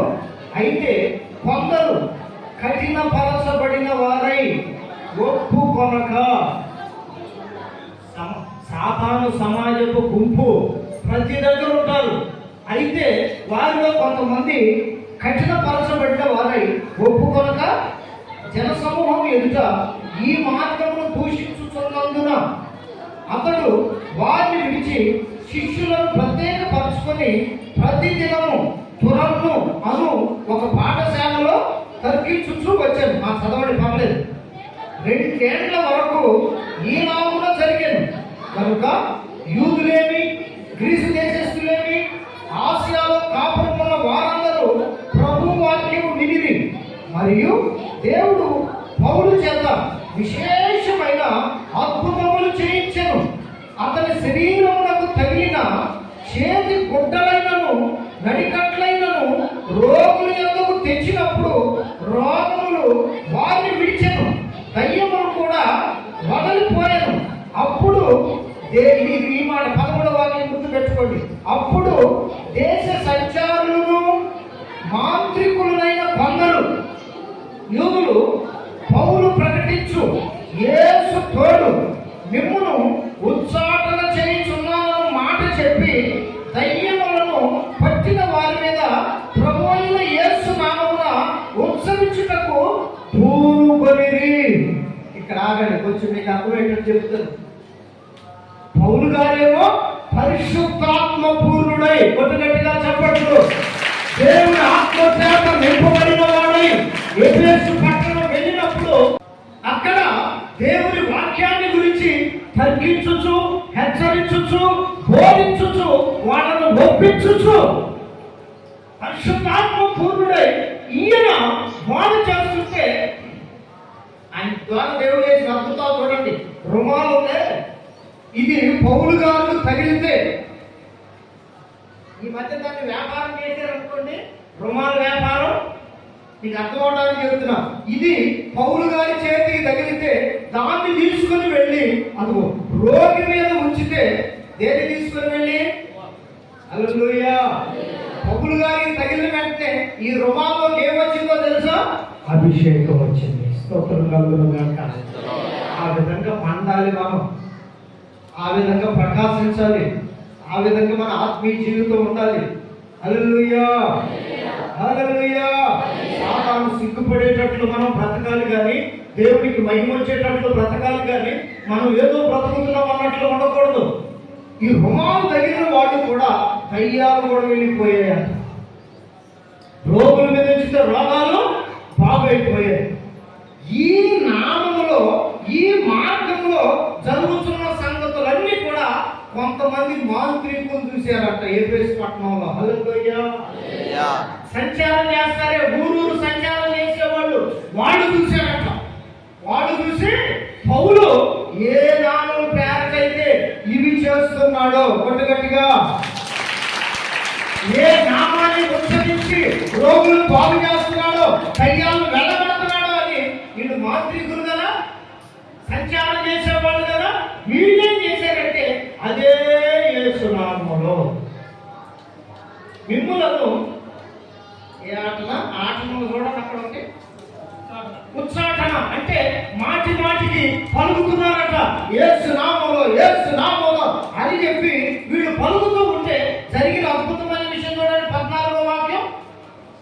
యూదుడైన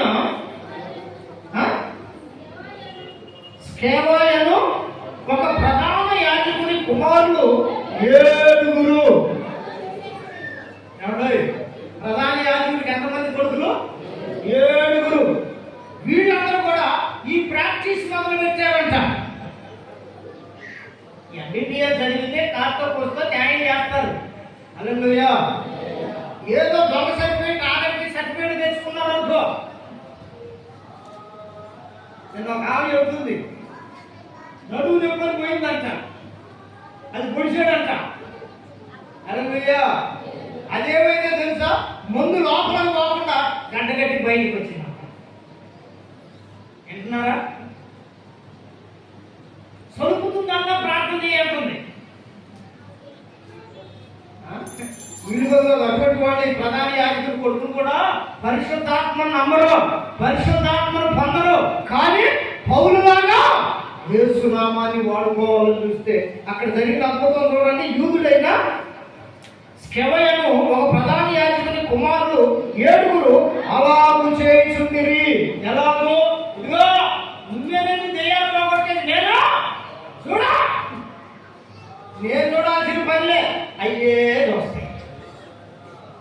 హల్లెలూయా, హల్లెలూయా. మనం దెయ్యం వచ్చి మన మరేమో చీరలు అవుతుందంట.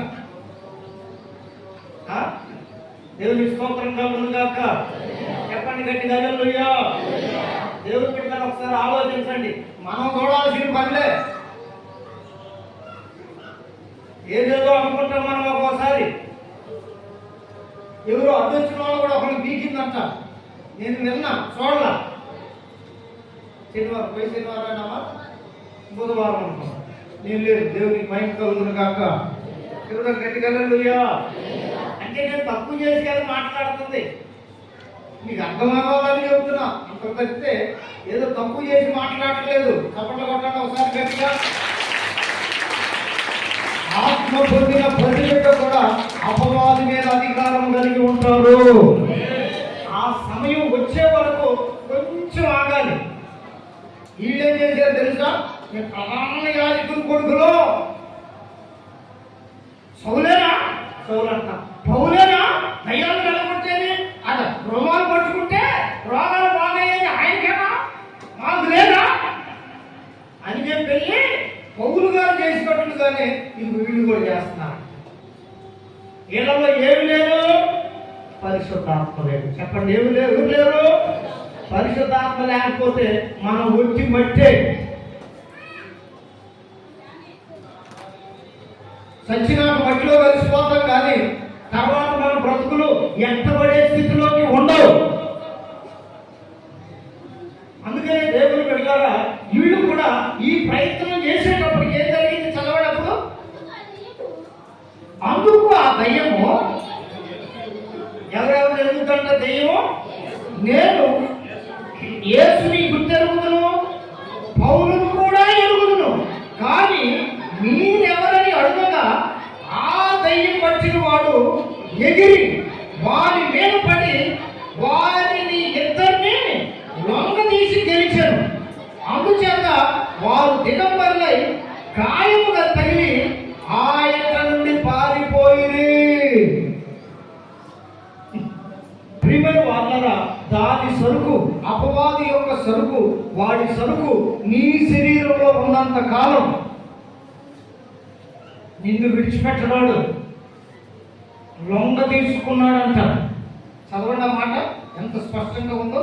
అందుకు ఆ దయ్యము, నేను యేసును గుర్తెరుగుదును, పౌలును కూడా, యేసయ్య మీద అభిషేకం ఉన్నది, పౌలు మీద చప్పట్లు కొట్టు గట్టిగా అభిషేకం ఉన్నది. వాళ్ళకే నాకు తెలుసు మీరెవరు, మీరెవరు. అందుకే చూడండి, నామకార్థ క్రైస్తవ సేవకులు తల నుంచి పెట్టి ప్రార్థన చేయరు. కావాలంటే ఏం పెడతారు?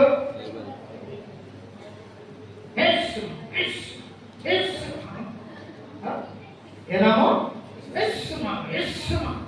చేయబెట్టడానికి గాడ అంటే వీళ్ళకి అధికారం ఉండదు. వీళ్ళ డౌట్ ఏదో తెలుసా? ఆ రోగం వాళ్ళలో నుంచి పోయి వస్తుంది. నిజమే, ఆత్మ లేకపోతే పిరికి ఆత్మ ఉంటది. కొట్టగట్టిగా చప్పట్లు. యేసుని నేను గుర్తెరుగుదును, పౌలును కూడా ఎరుగుదును, మీరెవరని అడుగగా, అనుకోలేదు బాబు, ఆ దయ్యం పట్టిన వాడు ఎగిరి వారి మీద పడి ఇద్దరిని లొంగ తీసుకున్నాడు. చేతి 2 చేతులు దొరికినట్టుండాలి. ఇద్దరిని లొంగ తీసి గెలిచాను.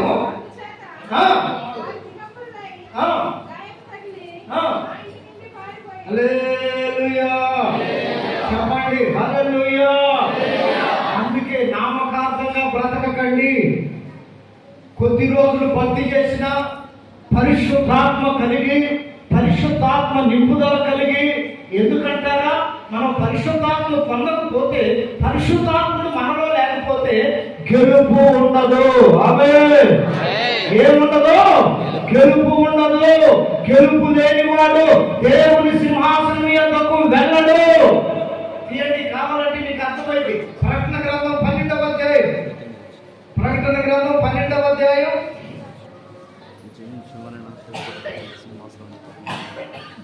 7వ వాక్యంలో చూడండి. అంతటా పరలోకమందు యుద్ధము జరిగెను. మిఖాయేలును అతని దూతలను ఆ ఘట సర్పముతో యుద్ధము చేయవలనని ఉండగా ఆ ఘట సర్పము దాని దూతలను యుద్ధము చేసి కానీ గెలవలేకపోయి కనుక పరలోకమందు వారికి స్థలము లేకపోయెను. ఆమె గట్టిగా, నీవు కూడా శరీరాన్ని గెలవలేకపోతే పరలోకములో మనకు కూడా స్థానము ఉండదు. అంతకుముందే చెప్తాడు ఈ వివరణ. కనదయ్యున్న ఆ స్త్రీ కనగానే ఇక్కడ ఒక పరలోకములో కనబడిన సూచన 12 మొదటి నుండి చూస్తే ఒక స్త్రీ 12 నక్షత్రములు గల కిరీటాన్ని పెట్టి చంద్రుడి మీద నిలిచి సూర్యుడిని ధరించి ఎదురు చూస్తూ ఉండగా ఆ స్త్రీ కనటానికి సిద్ధపడితేనట ఘట సర్పం వచ్చి అక్కడ ఉందంట. ఎప్పుడు కంటలా మీకు అర్థం. మన జీవితాన్ని కూడా, మన యొక్క పరిశుద్ధతను కూడా మింగటానికి ఘట సర్పమైన అపవాది అట్లాగనే చూస్తున్నాడు. ఆమేన్. ఏమి చెబితే నువ్వు ఆదివారం మందిరానికి రాకుండా ఉంటావో అదే చెబుతాడు. ఎవరి ద్వారా ఏ కబురు పంపిస్తే నువ్వు ఆదివారం ప్రార్థన ఎగ్గొడతావో అదే కబురు ఇంటికి వస్తుంది. అంటారు కదా, వీళ్ళు మనం చాలా దగ్గర వాళ్ళు అన్న. అంతకంటే దగ్గరోడు మనం ప్రభు అయిన యేసుక్రీస్తు. గట్టిగా, నీ దగ్గరైన వాళ్ళు ఎవరు కూడా నీ రుణాన్ని కొట్టివేయలేదు, పాప రుణాన్ని కొట్టివేయలేదు, ఎవరు నీ కొరకు ప్రాణం పెట్టలేదు. అంతకంటే దగ్గరైనడు ప్రభు అయిన యేసుక్రీస్తు. ఆయన సన్నిధిలో గడపడానికి ఇష్టపడాలి, ఆయన కొరకు బ్రతకడానికి ఇష్టపడాలి. అట్లాగనే కూర్చుందట ఆ స్త్రీ కనగానే. చూడండి ఆ మాటని, 5వ వాక్యమా. సమస్త జనమును ఎరుపుదనముతో ఏలనయ్యున్న ఒక మగ శిశువు ఆమె కనగా ఆమె శిశువు దేవుని యొద్దకును ఆయన సింహాసనం యొద్దకును కొనిపోబడెను. ఆ స్త్రీ అరణ్యములకు పారిపోయారు. అచ్చట వారు 1260 దినములు ఆమె పోషించవల్లని దేవుడు ఆమె ఒక స్థలం సిద్ధపరచెను. ఈ స్త్రీ ఎవరంటే యూదులు. మగ శిశువు ఎవరంటే యేసు రక్తంలో కడగబడిన మనము. ఆమేన్. చెప్పండి గట్టిగా హల్లెలూయా.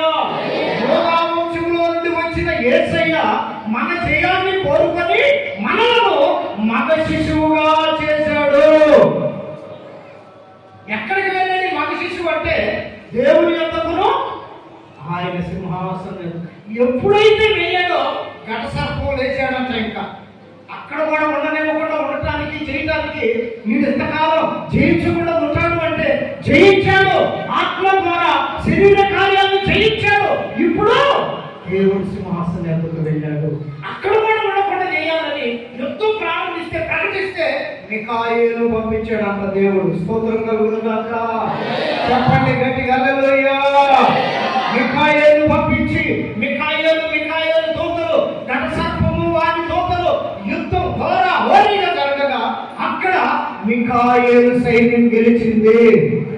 వీళ్ళు ఓడిపోయినందువల్ల ఇక పరలోకంలో వీళ్ళకి స్థానం లేదు. శరీరాన్ని జయించిన వారికి పరలోకంలో స్థానం లేదు. నీకున్న ఆలోచనలు కోరికలను జయించని వారికి పరలోకంలో స్థానం లేదు. అందుకే మగ శిశువు మాత్రమే దేవుని యొద్దకును ఆయన సింహాసనం యొద్దకు కొనిపోబడెను. ఇంకా అప్పటికి చేయలేదు. స్త్రీకి కావాలంటే చూడండి, అక్కడ చెప్తాడు ఆ స్త్రీ కన్నా శిశువు వెళ్ళాడు, కానీ స్త్రీ మాత్రం అరణ్యానికి కొనిపోబడెను. అక్కడ 1260 సంవత్సరములు హల్లెలూయా. చెప్పండి చెప్పండి, ఎన్ని అన్నాయా?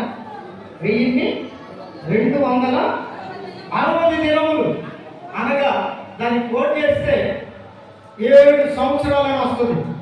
దేవునికి స్తోత్రం కలుగును గాక. 7 సంవత్సరాలు ఈ స్త్రీ పరిపూర్ణం చెందడానికి, బ్రతుకుని మార్చుకోవడానికి, యూదులైన వారికి దేవుడు మరలా ఒక అవకాశాన్ని ఇస్తున్నాడు అనే దానికి సూచన అయి ఉన్నది. భూమి మీద అయితే జయించగలుగుతున్నారు కానీ యూదులో పరలోకములో వారికి స్థానం లేదు. ఈ 7 సంవత్సరాల్లోనే యూదులు అనేకులు దేవుని వైపు తిరిగే సమయము. ఆమేన్. వారిని లెక్కించగా 1,40,000 అని చెప్తాడు. 1,44,000 మంది ఈ స్త్రీకి గుర్తుగా ఉన్నారు పరిశుద్ధ గ్రంథంలో. కనుక ఈ విషయాలన్నీ దేవుడు మనకెందుకు బోధిస్తున్నాడంటే 5 సంవత్సరాలు ఉండేవాడు పోరాడినట్లుగా కూడా విశ్వాసమైన మనం, దేవుడు రక్తము చేత కడగబడిన మనం, ఏమంటే ఆయన శరీరం మందు పాలు పంపులు పొందుతున్న మనం, ఆయన రక్తమును పానం చేస్తున్న మనం పోరాడకపోతే నీకు జయం రాదని తెలిసే యేసయ్య ఏం చేశాడంటే ఆయన వెళ్ళి ఆత్మను పంపాడు. స్తోత్రం కలుగును గాక. ఎందుకయ్యా ఆత్మను పొందాలంటే ఆత్మ వలన శరీర కార్యాలు చేయించటానికి. ఈ రకంగా మనం జయిస్తే 5,000 కాదు, ఆమేన్, యుగ యుగాలు దేవునితో ఉండబోతూ ఉన్నాం. రాత్రి లేని రాజ్యంలో ఉండబోతూ ఉన్నాం. బంగారు వీధులు కలిగిన పట్టణంలో తిరగబోతూ ఉన్నాం. నాట్యం ఆడబోతూ ఉన్నాం. 12 విధములైన రత్నముల చేత గోడలు కడితే దేవుడే దీపకాంత ఉంటే ఆ దీపం యొక్క వెలుగు ఆ రత్నం మీద పడితే ఆ రత్నముల వెలుగు ద్వారా అంత ప్రకాశించబోతూ ఉంది. ఇది మన నిరీక్షణ. ఇది మన గెలుపుకు కలిగే బహుమానం. గట్టిగా చప్పట్లు. ఆత్మ ద్వారా శరీరాన్ని నీవు జయించగలిగితే నీవు పొందబోయే మహిమ, నీవు పొందబోయే కృప, నీవు పొందబోయే బహుమానం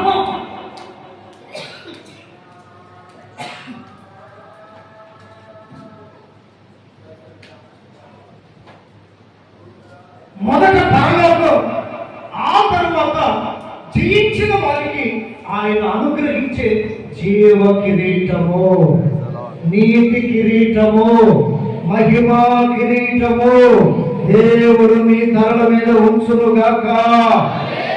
ఇది జరగాలంటే ఆత్మ ద్వారా దేన్ని జయించాలి? మనం రోజు యుద్ధమే, మనకి రోజు పోరాటమే.